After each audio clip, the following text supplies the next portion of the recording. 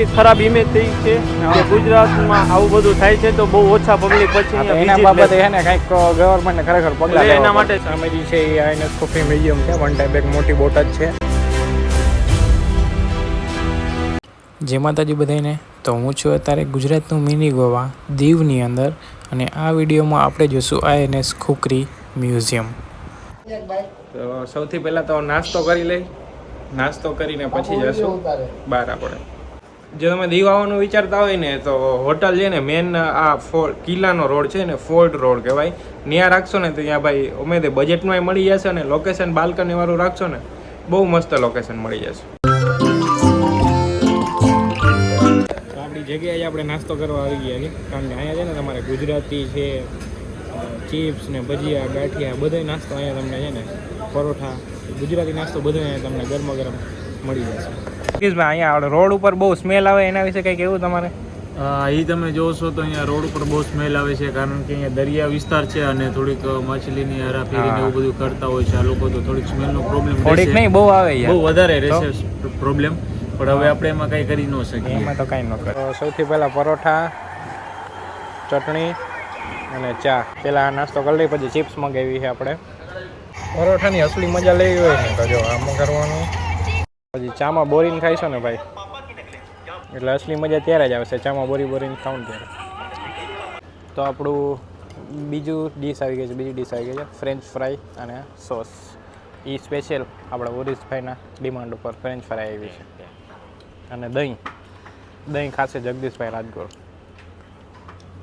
તો નાસ્તો કરીને આપણે આવી ગયા છીએ આઈએનએસ ખોખરી મ્યુઝિયમ. સામે જે છે એ આઈએનએસ ખોખરી મ્યુઝિયમ છે. વન ટાઈપ એક મોટી બોટ જ છે, અને આ ટિકિટ કાઉન્ટર છે. ટિકિટમાં જો મોટાના 100 રૂપિયા હશે અને નાનાના 50. પણ નો કેશ નો યુપીઆઈ, તમારે છે ને ખાલી કાર્ડ પેમેન્ટ જ કરવું પડશે.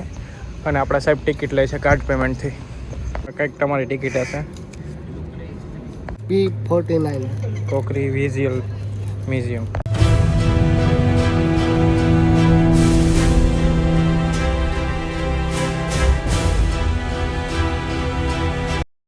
તો ખોખરી એમની છે ને કંઈક હિસ્ટ્રી કંઈક અલગ જ છે.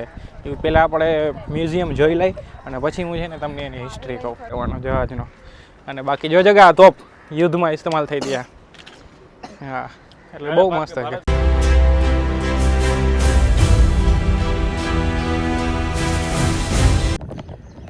તો 100 રૂપિયા ટિકિટ છે. સેજ મને ઓલી એક્સપેન્સિવ લાગી, પણ અંદર આવ્યો ને બોટની અંદર એટલે ફીલ આમ ખરેખર સારું થયું. 100 રૂપિયા વચોલ છે. વ્યૂ બહુ મસ્તીનો છે. જો મારી આગળ પાછળ જોઈ લે. અને પ્રોપર આ બોટ છે ને યુઝ થયેલી છે, અને પછી અહીંયા રિનોવેશન કરીને સેમ્પલમાં રાખી છે. એનો ઇતિહાસ છે ને પહેલાં આપણે બોટ જોઈ લઈએ, પછી હું તમને એનો ઇતિહાસ કહું. 100 રૂપિયાની ટિકિટમાં તમે કમસે કમ 50 તો ફોટા પાડી જ દો, કારણ કે ફોટા પાડવાનું બહુ મસ્ત લોકેશન છે ખરેખર. બહાર ગયો બોટનો આગળનો ભાગ, અને હવે આપણે અહીંયા અંદર જઈશું. તો ફર્સ્ટ ટાઈમ આપણે બોટની અંદર. આજે જહાજના કેપ્ટન હતા એ છે. ખરેખર ગજબ એક્સપિરિયન્સ રહે છે. ચોક્કસ તમને કહીશ કે અહીંયા 100 રૂપિયામાં ભાઈ ફૂલ એર કન્ડિશન ને અંદરનો આમ ફર્સ્ટ ટાઈમ બોટ જોવા મળશે. બંધ કરેલું છે, પણ અહીંથી તમે નીચેનું છે એટલે 3 માળની બોટ થઈ. આવી રીતના કિચન એરિયા છે. અહીંયા બધાનું આપણા નેવીના જવાનનું જમવાનું બનતું. ભાઈબંધ મરદ રાખજો, એવા ભાઈબંધ રાખજો, ખાલી 5 જ રાખો. હા ભાઈ, રસોઈ આવી ગયો છે. આ છે ને લંચ રૂમ છે. અહીંયા બેસીને જો આપણા જવાન અહીંયા જમતા પીવાનું કરતા. પાછો સ્લીપિંગ એરિયા આવી ગયો, આરામ કરવા માટે આપણા જવાન આરામ કરતા. અને આ મેડિકલનો રૂમ છે.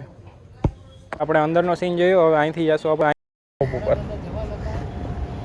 શિપની અંદર છે ને હેલિકોપ્ટર લેન્ડિંગની જગ્યા રાખેલી છે, કે કોઈ જાતની ઇમરજન્સી થઈ તો હેલિકોપ્ટર આસાનીથી લેન્ડ કરી શકે. બાકી આ જો એક તોપ, આ બીજી તોપ ગન, AK-630 ગન. હવે અહીંથી પાછું ઉપર જવાનું છે.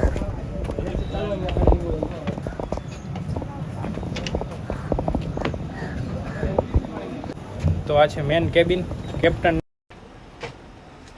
તો અહીંથી કેપ્ટન બોટ ચલાવતા હતા, અને ત્યાં થોડોક ઇતિહાસ કીધો, જે મને થોડો ઘણો ખબર હતો, પણ એ થોડોક વધારે કહી દીધો એ ભાઈ, એટલે એ હું તમને કહું બહાર નીકળીને.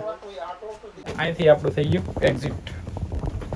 તો ખુકરી છે ને એક બોર્ડ હતી અને 1971માં ભારત પાકિસ્તાનનું યુદ્ધ થયું નેવીમાં બહુ મોટા પાયે, જેમાં છે ને યુદ્ધ બધું પતી ગયું અને ખુકરી બોટ છે ને દીવ બાજુ આવતી હતી અને પાકિસ્તાનના એક બોટે એના ઉપર હુમલો કર્યો અને એ બોટ છે ને દીવની આજુબાજુમાં જલ સમાધિ લઈ લીધી. ને જલ સમાધિમાં આપણે છે ને 194 જવાન છે ને આપણા શહીદ થયા. અને આ જે બોટ છે ને એ મુંબઈની અંદર બીજી ખુકરી બોટ હતી, ખુકરી 149 કરીને હતું. તો એ છે ને એ બોટ ત્યાંથી મુંબઈથી લઈને અહીંયા મ્યુઝિયમ માટે રાખી પબ્લિક માટે, કે માણસોને ખબર પડે કે ભાઈ આપણા 194 જવાન છે ને પાકિસ્તાનના યુદ્ધમાં શહીદ થઈ ગયા હતા. તો આ કંઈક ખુકરી મ્યુઝિયમની સ્ટોરી હતી. અને જો આવી રીતના સ્કેન કરશો ને એટલે પાર્ટ 1, પાર્ટ 2 ને પાર્ટ 3 આખો ઇતિહાસ તમારે આમાં ગૂગલ ઉપર આવી જશે.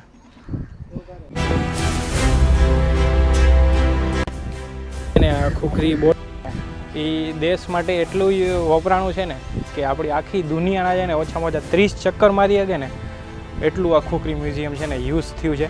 અને પછી બોમ્બે હતું અને બોમ્બેથી મ્યુઝિયમ માટે દીવ લઈ આવ્યા.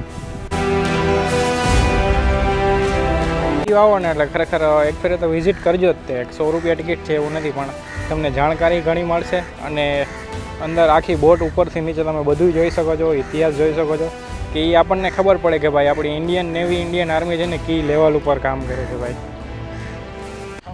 તો અમારી પાછળ રહી ગયું INS ખુખરી મ્યુઝિયમ અને હવે તડકો બહુ થઈ ગયો છે એટલે પાછા રૂમે વહી જાય. દીવમાં છે ને ભાઈ 11 વાગે ને એટલે ખાસો તડકો થઈ જાય છે ભાઈ, એટલે પાછા. તો આ દીવનો ફોલ્ટ રોડ કહેવાય છે, સામે બીચ જ છે અને આ આપણી હોટલ છે, હોટલ આલિશાન. જો હરિભાઈ ઊભા ને અહીંયા આપણે રોકાણા છીએ અને ઉપરનો બાલ્કનીવાળો રૂમ જ છે લાસ્ટ. અને દીવમાં આવો ને તો સવારમાં આવો. અમારો પ્લાન એ હતો કે 3-4 જગ્યા છે ને વિઝિટ કરી લઈ, પણ 3-4 ન થઈ, ખાલી એક જ જગ્યા વિઝિટ થઈ કે ખોખરી મ્યુઝિયમ છે ને ત્યાં જ વિઝિટ થઈ. કારણ કે 11:30 વાગ્યા ને તડકો ભાઈ બહુ થઈ ગયો અને અમે એક તો નીકળ્યા હતા 10 વાગે નીકળ્યા હતા, નાસ્તો બાસ્તો કર્યો ને એટલે. અને આમાં એવું છે કે 10 વાગે તો દીવની અંદર કિલ્લો છે, 10 વાગે ચાલુ થાય, મ્યુઝિયમ છે 10 વાગે ઓપન થાય, એટલે ઘણી જગ્યાએ એવી છે કે 10 વાગે ઓપન થાય, એક જ જગ્યા વિઝિટ કરીએ. તો આ કંઈક આપણો રૂમ છે અને દીવની અંદર જો તમે 4 જણા આવો ને તો આવો રૂમ કાફી સસ્તો પડશે તમને. 2 ગાડલા એક્સ્ટ્રા આપી દેશે અને મસ્ત લોકેશન. તો બપોરના 1 વાગ્યા હશે, આવીને થોડી વાર આરામ કર્યો 2 કલાક અને હવે આપણે જમવા જાય ઓલી હોટલ. તડકો ખાસો એવો થઈ ગયો યાર, અને એમાં એને આ સામે 2-3 માછીમારોની બોટ આવી ગઈ ને એટલે રોડ ઉપર એવી સ્મેલ આવે ને ભાઈ, ગજબ સ્મેલ આવે. તમને લોકોને ખબર હોય તો અહીંયા સોમનાથ ને વેરાવળ બાજુ છે ને જગા, તને ખબર હોય તો આપણે છે ને બોલીને એટલે છે વાપરી, બરાબર છે. અહીંયા શું કરે ખબર છે ગયો છે, આપણે ગયો છે. હું સ્પેશિયલ કચ્છનો છું, તો મોટા ભાગે અમે કચ્છના એને છેની જગ્યાએ છે યુઝ કરતા હોય, જેમ કે સ યુઝ કરતા હોય. જેમ કે આપણે એમ કહીએ છીએ કે હું જવું છે તો અમે લોકો એમ બોલી કે હું જવું છે યાર, તો એ રીતે લેંગ્વેજ હોય છે. તો અમે કચ્છનો, હું પ્રોપર કચ્છનો છું, તો એ રીતે અમે કાલ છે ને આવા ટાણે તમે કાલનો વિડીયો જોયો હોય ને તમારા આગલો વ્લોગ, અહીંયા મિનિમમ 50 થી 100 જણા હતા ને એવડી મોટે પાયે લપ કરે. અમે હોટલે પૂછ્યું ને તો એ લોકો એમ કહે છે કે અહીંયા તો દરરોજ ન હોય, પણ એ બાબતે શું તમારે કેવું? મારું એવું કેવું છે કે અહીંયાની પોલીસ પ્રશાસન થોડી કડક રહેવી જોઈએ. જેમ કે આપણે રાજકોટની પ્રશાસન છે તો એ કોઈ બી આવો ડખો થાય તો ફટાફટ એનો પોઈન્ટ ઓફ વ્યૂ રાખે છે ને ફટાફટ પકડીને લઈ જાય છે ને શાંત કરે છે પબ્લિકને. પણ અહીંયા મેં જોયું છે કે દીવની અંદર એ લોકોનું કેવું એવું છે કે આવું તો ડેલીનું હોય, આવું ન હોવું જોઈએ. બીજા બહારથી ટુરિસ્ટ જે કેવી ઇમેજ લઈને જાય, એ કેવી ઇમેજ લઈને જાય, એ મેઇન વસ્તુ છે.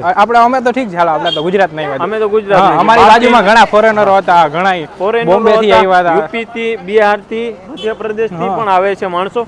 તો અહીંયા એવી ખરાબ ઇમેજ થઈ છે કે ગુજરાતમાં આવું બધું થાય છે તો બહુ ઓછા પબ્લિક પછી એના બાબતે છે ને કંઈક ગવર્મેન્ટને ખરેખર પગલાં લેવા એના માટે દીવની ગવર્મેન્ટને કંઈક સારું કરવું જોઈએ.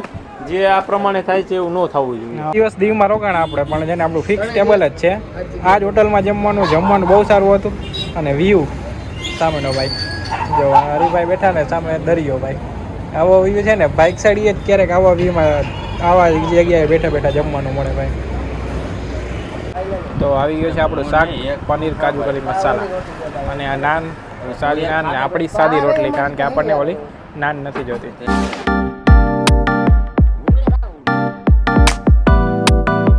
તો આ છે આપણું કાજુ પનીર મિક્સ પંજાબી, કલર એ સારો છે ને ટેસ્ટમાં છે ને અહીંયા લગભગ શાક છે ને મીઠાશ ઉપર હતા ને પણ મીઠાશ વધારે હતી. હા હા. હવે આ નજારા સાથે આપણે જમી લઈએ.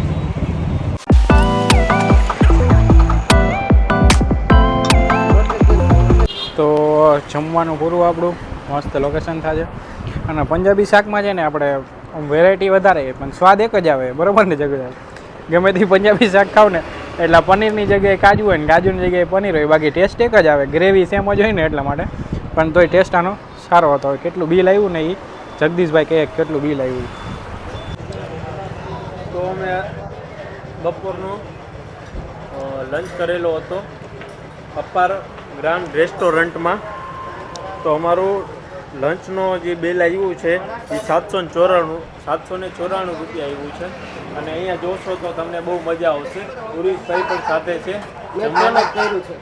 हमें तो अपनों ने लूटा, गहरों में कहा दम था यार.